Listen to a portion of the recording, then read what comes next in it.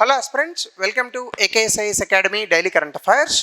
So ముందుగా నిన్న ఇచ్చినటువంటి క్వశ్చన్లో కనుక ఆన్సర్ చూస్తే, it is the formal international organisation with a permanent secretariat. Already నేను ఇది నిన్నటి సెషన్లోనే చాలా క్లియర్గా చెప్పాను. G7 it's an informal grouping, కాబట్టి ఇది తప్పు. సో ఇది ఎప్పుడైతే తప్పైందో మీకు ఈ రెండు ఆప్షన్స్ పోతాయి. Russia was suspended from the group following the annexation of Crimea, ఇది correct, right. And it participate in all deliberations, ఇది తప్పు. సో కాబట్టి ఆన్సర్ వచ్చేసి 3 అవుతుంది. Very easy question. సో ఇట్లాంటి క్వశ్చన్స్లో ఒక స్టేట్మెంట్ని కనుక మనం ఎలిమినేట్ చేయగలిగితే we can get the answer. So అలాగే before we go to the session, if you're looking for UPSC admissions, అట్లాగనే group 1 and group 2 both AP and Telangana, దయచేసి కింద నెంబర్కి కాల్ చేయండి. అలాగనే ఈరోజు before we go to the topic, if any one of you is finding it difficult to choose your optional, so there are some optional orientation sessions going to be conducted in AKSIS. Sociology orientation session 23rd June, PSIR 24th June, Anthropology 25th June. These are all for completely free. You can come, you can take the class, you can listen to the faculty. If any one of you are having any doubts regarding these particular optionals, you can have some doubts clarification kind of thing. So మీరు దీనికి కూడా వివరాలు కావాలనుకుంటే కింద నెంబర్కి call చేయండి.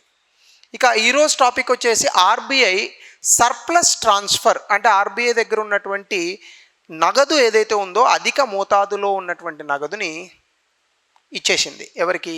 ప్రభుత్వానికి. So దీనికి సంబంధించి మనకి న్యూస్లో ఒక ఆర్టికల్ వచ్చింది, చూద్దాం. RBI రికార్డ్ సర్ప్లస్ ట్రాన్స్ఫర్ 2,87,000 కోట్లు. గతంలో యాక్చువల్గా ఇట్లా ట్రాన్స్ఫర్ చేసేవాళ్ళు కాదు, ఎప్పుడో 3 ఏళ్ళకి 4 ఏళ్ళకి 5 ఏళ్ళకి ఒకసారి చేస్తూ ఉండేవారు. అయితే రఘురామ్ రాజన్ గారు ఉన్నప్పుడు అసలు ట్రాన్స్ఫర్ జరగలేదు. తర్వాత ఉర్జిత్ పటేల్ గారు RBI గవర్నర్గా ఉన్నప్పుడు ఇలాంటి ట్రాన్స్ఫర్ మీద డిమాండ్ తీసుకొస్తే ఆయన, నాకు ఆరోగ్య రీత్యా లేదా పర్సనల్ ప్రాబ్లమ్స్ వల్ల నేను RBI గవర్నర్ పదవికి రాజీనామా చేస్తున్నానని ఆయన వెళ్ళిపోయారు. తర్వాత శక్తికాంత్ దాస్ గారు వచ్చారు. అఫ్కోర్స్ ఆయన రిటైర్డ్ IAS. అప్పటి నుంచి మాత్రం ప్రతి సంవత్సరం గవర్నమెంట్కి RBI దగ్గర ఉన్నటువంటి సర్ప్లస్ మనీ అనేటటువంటిది ఒక 2 లక్షలు 3 లక్షల కోట్ల రూపాయలు, తక్కువలో తక్కువ ఒక 2 లక్షలు 1,50,000 కోట్లు ఇట్లా RBI అకౌంట్ నుంచి గవర్నమెంట్కి ట్రాన్స్ఫర్ చేస్తున్నారు.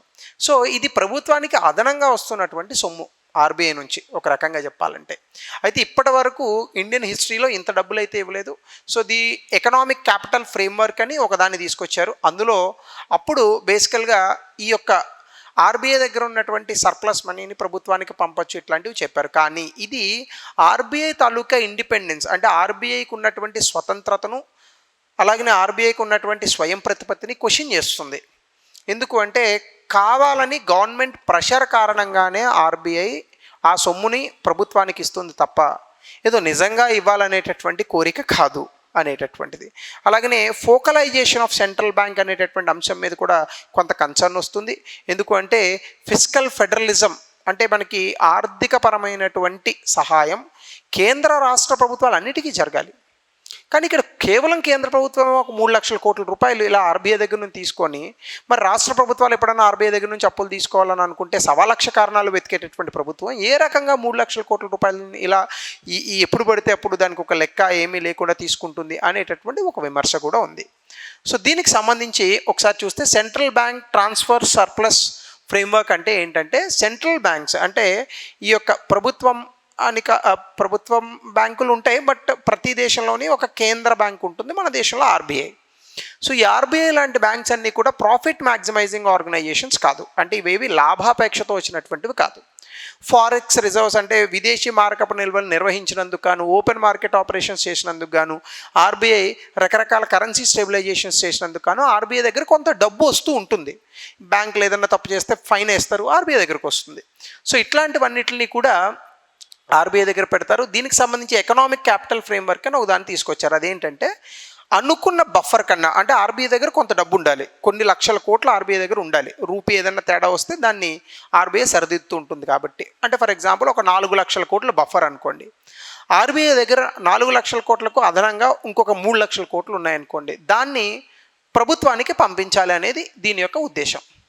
ఇవన్నీ కూడా నాన్ ట్యాక్స్ రెవెన్యూ, ఇవన్నీ కూడా ప్రభుత్వంలో ఏ హెడ్ కింద వేస్తామంటే నాన్ ట్యాక్స్ రెవెన్యూ అనేటటువంటి దాని కింద వేస్తాం.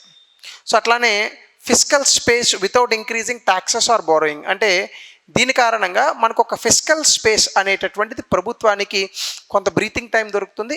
ట్యాక్సెస్ పన్నులు వేయకుండా, అప్పులు తేయకుండా ఫ్రీగా ప్రభుత్వానికి డబ్బులు వస్తాయి. దీన్నే central bank surplus transfer framework అని అంటారు.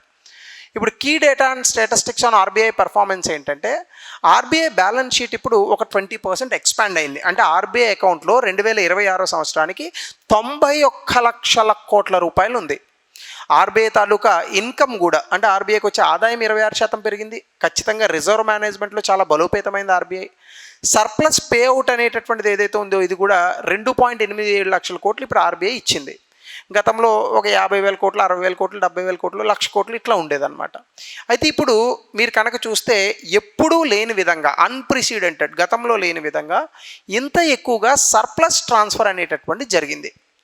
అఫ్కోర్స్ దీనికి కారణంగా ఏంటంటే మనకు కొంత కరెన్సీ రూపాయితో, డాలర్తో రూపాయి మార్క్ విలువలో వచ్చినటువంటి కొన్ని మార్పులు, దాన్ని స్ట్రాటజిక్ ఇంటర్వెన్షన్స్లో భాగంగా మేనేజ్ చేసేటప్పుడు ఆర్బీఐకి కొంత, for example strategic currency interventions అనేటటువంటివి ఎందుకు చేస్తాం, విదేశీ మార్కప్ రేట్ ఏదైనా ఇబ్బంది అయితే దాన్ని గురించి చేస్తూ ఉంటాం. అందులో భాగంగా ఆర్బీఐ చాలా డబ్బులు సంపాదించడానికి ఒక $12 బిలియన్ గోల్డ్ రిజర్వ్స్ అమ్మేసింది.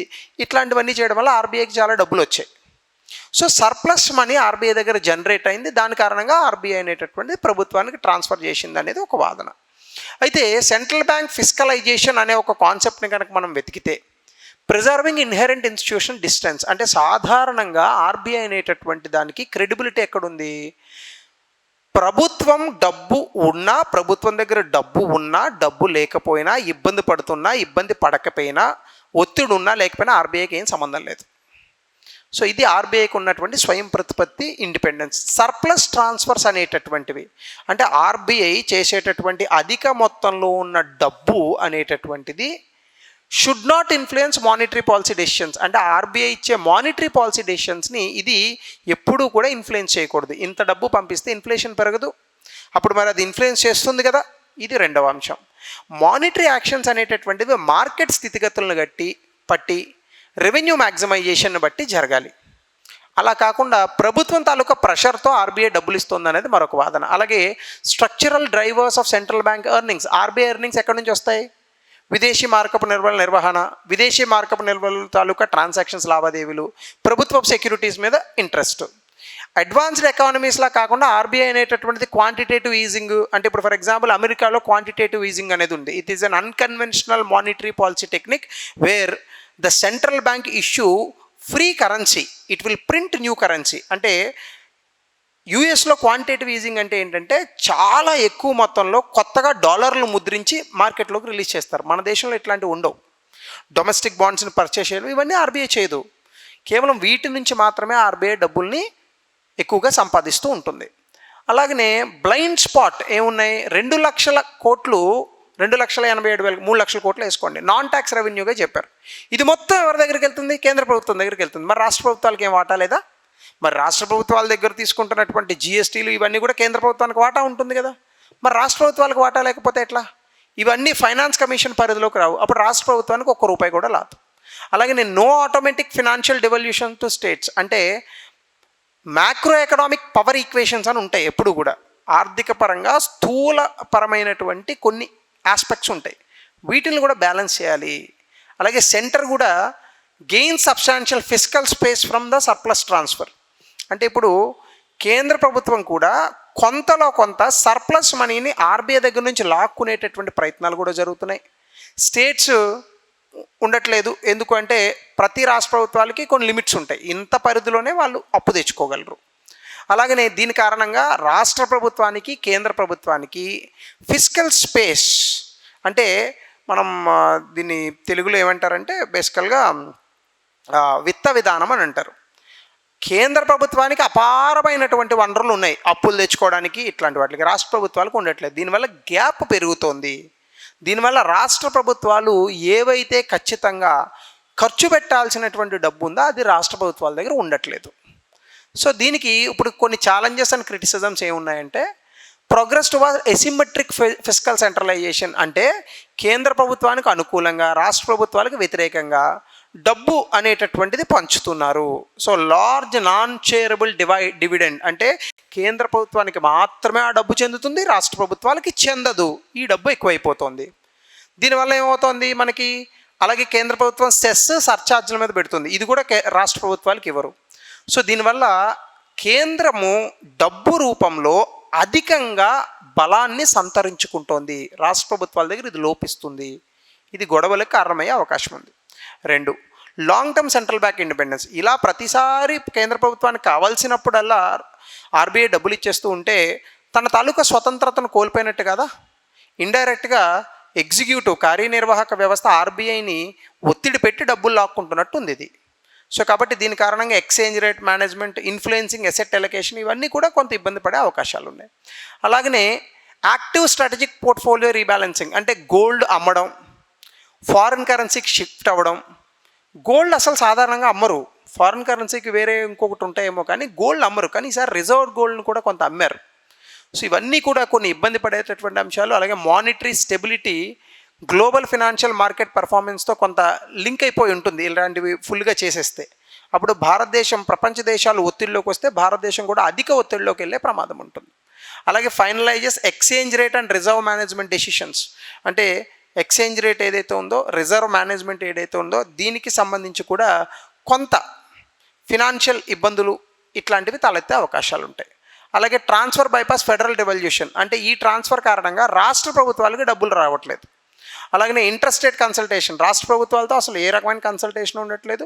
ఇది కోఆపరేటివ్ ఫెడరలిజం అనేటటువంటి స్ఫూర్తికి, ఫిస్కల్ ట్రాన్స్పరెన్సీకి వ్యతిరేకము. ఇది చాలామంది చేస్తున్నటువంటి విమర్శ. సో దీనికి సంబంధించి గతంలో ఇచ్చినటువంటి ప్రశ్న దయచేసి కమెంట్ సెక్షన్లో తెలపండి. అలాగనే దీనికి సంబంధించి గతంలో ఇచ్చినటువంటి మెయిన్స్ క్వశ్చన్ దయచేసి దీన్ని కూడా 200 పదాల్లో రాయండి. సో ఇది ఆర్బీఐకి సంబంధించినటువంటి అంశం. Announcement one more time. So thank you. Have a good day.